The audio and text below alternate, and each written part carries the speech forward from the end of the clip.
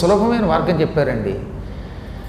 తీవ్రమైన అహంకారం కానీ లేకపోతే దుర్వ్యసనాలు కానీ రాకుండా ఉండడానికి ఒక ప్రత్యేక భస్మధారణ చేయమన్నారు. అది మీకు చాలా కాలం నుంచి చెబుదాం అనుకుంటున్నాను నేను. ఇవాళకి మీకు అవకాశం వచ్చింది. శివపురాణం అనే వంకతోటి శివుని యొక్క విభూతి ఉదయము సాయంత్రము ధరించిన కొంతమంది పుణ్యాత్ములకి మాయ దగ్గరికి రాదు. ఇంతకీ ఏ విభూతి, ఏ భస్మమును ధరిస్తే మాయ అంటదు? శివుణ్ణి పూజించగా వచ్చిన నిర్మాల్యం ఉంటుంది కదా, శివుణ్ణి బిల్వపత్రాలతో పూజించారు, లేదా అర్జున పత్రాలతో మద్ది చెట్టాకులతో పూజించారు, ఇంకేవేవో రకరకాలైనటువంటి పత్రాలతోటి కొన్ని పుష్పాలతోటి పూజించాక ఈ తీసేసిన మాల్యాన్ని ఎండబెట్టి కాల్చి అందులో కొద్దిగా ఆవు నెయ్యి వేసి ఈ భస్మాన్ని ధరించిన వాడికి పొరపాటును కూడా మాయ అంటదట.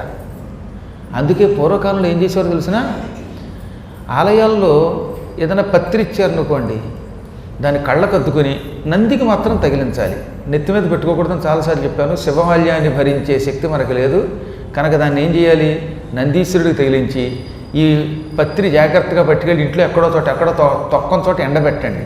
మేడ ఉంటే మేడ మీద లేదా ఏదో ఒక గిన్నెలోనో ఎందులోనో వేసి ఎండబెట్టి బాగా ఎండిపోయిన తర్వాత కొద్దిగా ఆవు నెయ్యి కలిపి దీన్ని భస్మం చేయండి.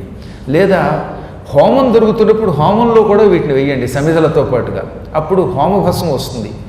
శివమాల్యము కనుక విభూతిగా మారిందంటే ఆ భస్మమును ఉదయము సాయంత్రము విడిచిపెట్టకుండా మండల దీక్షతో ధరించిన వాడికి ఏ మాయ అంటదు అని శివుడు వరం ఇచ్చాడు. ఎందుకంటే అదృష్టం ఉందని తెలుసుకోవాలి.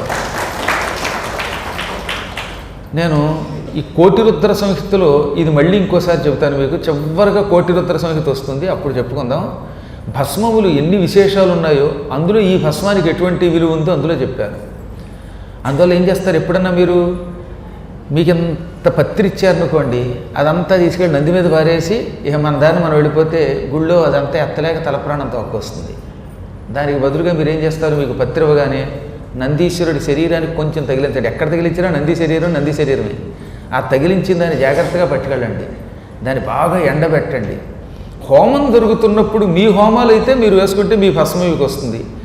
బయట వాళ్ళు మీకు భస్మం ఎవరనుకుంటే ఇలా పత్రి కొంచెం పోగయ్యాక ఆవు నెయ్యిని కలిపి దాన్ని ఒక కుంపట్లోనో దేంట్లోనో బూడిద చేసి ఆ భస్మాన్ని 40 రోజులు సూర్యోదయ సూర్యాస్తమయ సమయాల్లో ధరించండి. మాయ అంటదు, అహంకారం అంటదు. అటువంటి వాడు సంపూర్ణంగా పరమాత్మ కటాక్షం పొందుతాడు. ఈ మాట జగద్గురుడు శంకరుడు చెప్పాడు.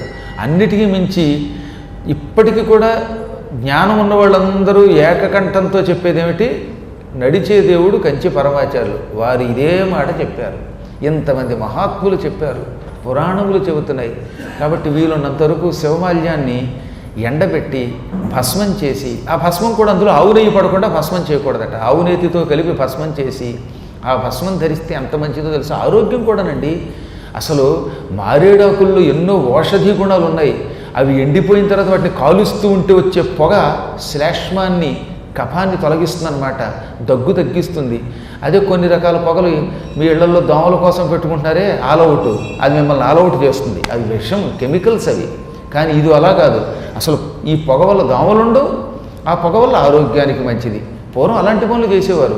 వేపాకులు ఇంట్లో కాల్చేవారు, దానివల్ల ఇంటికి ఆరోగ్యంగా ఉండేది.